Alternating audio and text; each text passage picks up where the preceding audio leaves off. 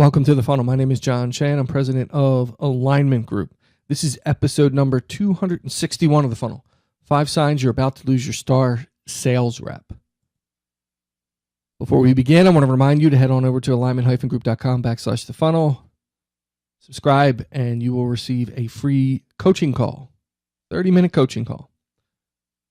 Our agenda today: number slipping, patterns, hints, personal use, and short vacations. Now, this probably could be said for any of your performing sales reps, that there are signs you could be losing them, maybe to a competitor, to another job, to another career, whatever it is, but they're getting ready to leave. So there's some obvious signs here, right? That their numbers are beginning to fall, and it's kind of sudden, and there's no real logical reason for it. In other words, you hear the excuses in sales, and we know how it operates. It's, I lost a customer, this didn't happen, if ifs and buts, or the economy was bad, or it's that time of year. And your star folks generally don't go down that road of excuses. They perform pretty much over any kind of obstacle. They consistently hit their targets monthly, quarterly, annually, without any reasons or excuses for a miss. But all of a sudden you see this sort of obvious slippage of the number. You haven't lost any customers, but there's less in the pipeline. That's a real sign that there's an issue going on there. That's a real sign that there's something happening. Now, look, it could be personal. They could have something going on personally. People do have things that happen in their lives that affect both business and personal. It could be something very tragic. It could be something very emotional. It could be anything. It was funny back in the day, whenever, and we had senior level reps, and then we had reps right out of college. And I'll say that it was pretty standard fare if a rep, and this doesn't matter if it's it doesn't matter gender here. If a rep is getting married, the several months leading up to the wedding tend to be a problem area for them. So you kind of know that, right? And you try to coach them on it, and some manage it well, and others, the numbers slip exactly like you thought you would. So those are things that you understand. But if there's something wrong here, and the numbers are slipping, and it's sudden, and there's no real reason, there's no customer loss, and there's less in the pipeline, you better start trying to figure out why. And it could be something personal, but it could be you're about ready to lose them.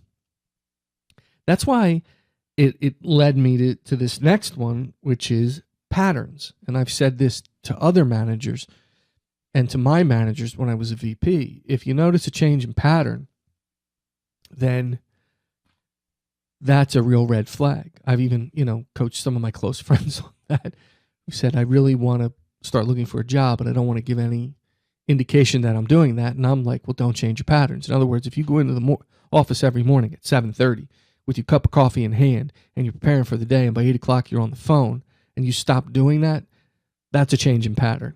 So don't change your pattern. So, most of us in the world are creatures of habit. We do our stuff the same way every day. We're pretty close to it. We leave for work at the same time. We get home at the same time.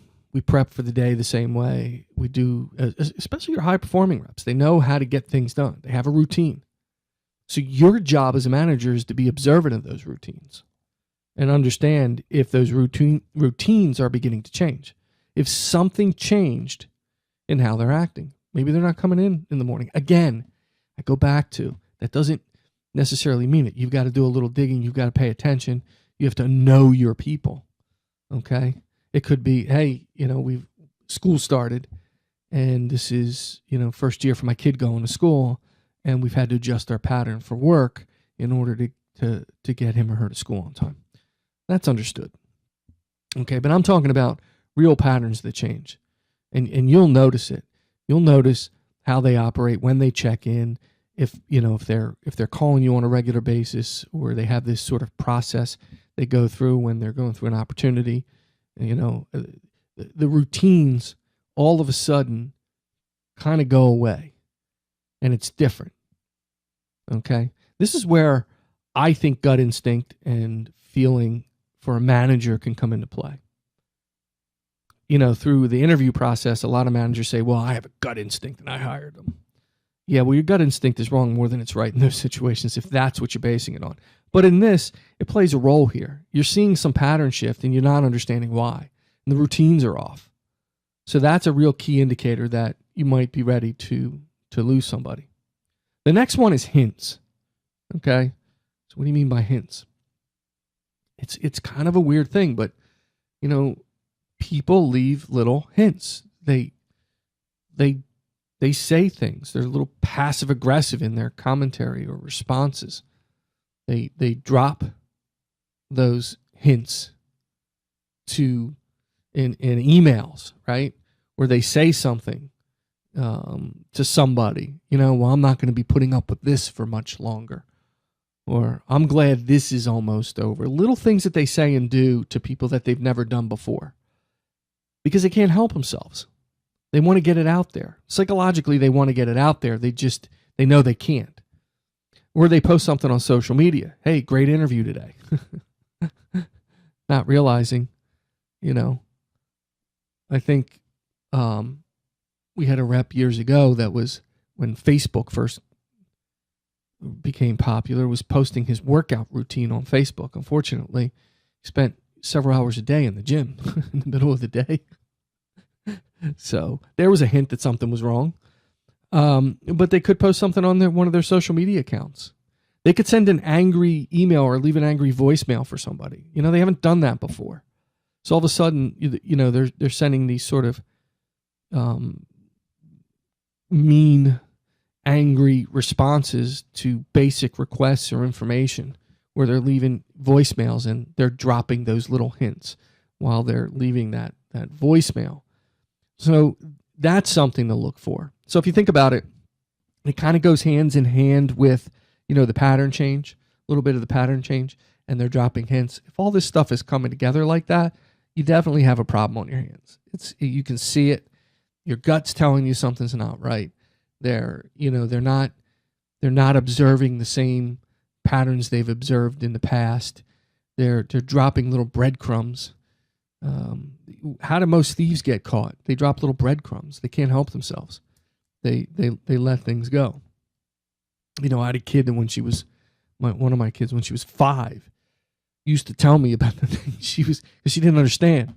When everybody goes to bed, this is what I'm going to do. Well, no, you can't do that. You just gave me a hint. You just told me what you were going to do. I think people just in general have this desire to get it out there, and they can't help themselves. It's the very disciplined, and there's very few of them that can manage that and not give you any hint that that's coming. Personal use. This one's pretty easy to spot in most cases, but if somebody's stealth about it, it might be something you don't see right away. So personal use means if they all of a sudden have a personal smartphone they're using. Now they have a work smartphone that's issued by the company maybe, and the company pays the bills, and in some cases they might be paranoid the company's tracking who they call.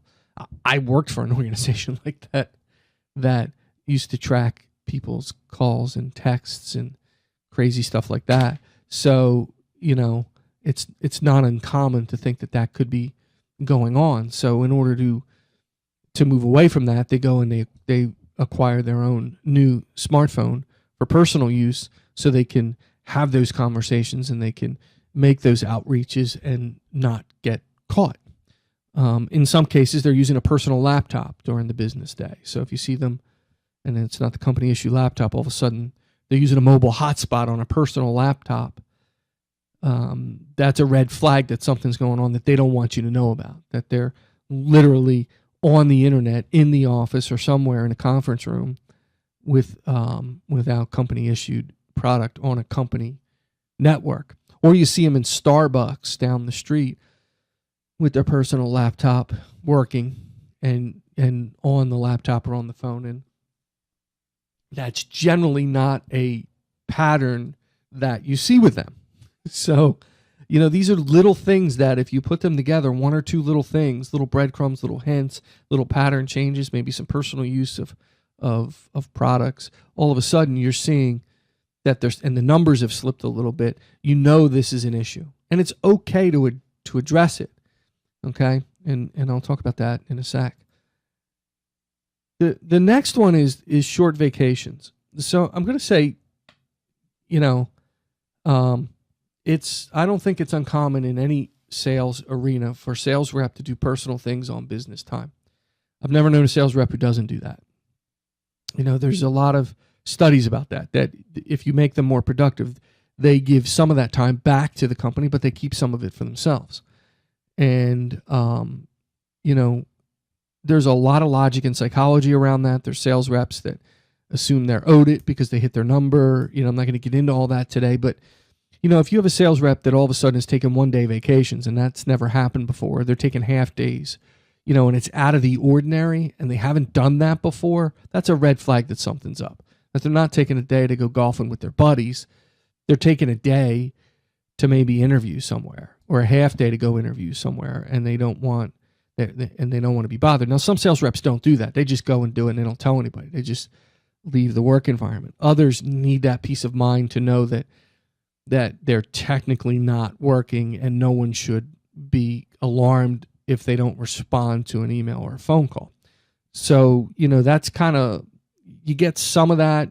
You get some that just don't care and go in the interview during the workday and don't tell anybody. So if you see stuff like that, that's out of the ordinary in terms of their days off, or even sick days, right? Somebody who never takes sick days, all of a sudden they're taking sick days left and right, and they seem fine. That's a real red flag that maybe they're doing some interviewing.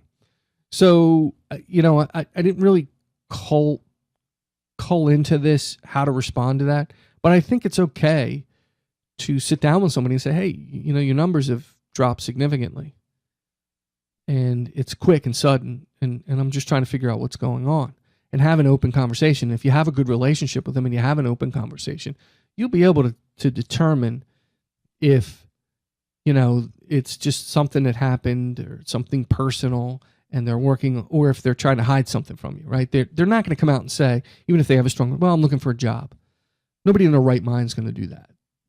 And I wouldn't, I wouldn't expect them to. You can come out and ask them, hey, looking for a job? I mean, I don't care about that. I mean, I would ask that question. I would ask, hey, you're taking a lot of sick days. Is everything okay? I'm not prying into your personal life, but you've never really been sick, or you're taking a lot of short vacations. Are you okay? Is everything fine? I mean, you can ask those questions and have those conversations about the numbers, about, hey, I see you using a personal laptop and a new smartphone in the office. Our policies are pretty simple. I'm not going to bust you on that right now. Obviously, I don't want to see it continue, but is there something I need to know? Right? It's okay to sit down and have a conversation with somebody and try to figure out what's happening without, spying on them and following them around and listening in on their phone conversations. People have a right to look for jobs and they have a right to quit, but you also have a right to prepare for that. And you should always be recruiting, but at the end of the day, if it's a star performer, you're going to have a hard time replacing that. So it's okay to question the things that they're doing and to question how they're doing it. Okay? I don't have a problem with that. I think that's okay. But these are just 5 little tips that there's something amiss. And I know you might say, well, this is obvious. You'd be surprised how many managers have said to me, I never saw it coming. That's because you're not paying attention. It's the little things, the little changes that tell you everything. You pick up on it. Now, are some people that just aren't, maybe they're not capable of that. But most managers are. Sometimes it's just a matter of paying attention. And that's how I would view it. Just pay attention. And you'll see it. You'll see it when the pattern happens.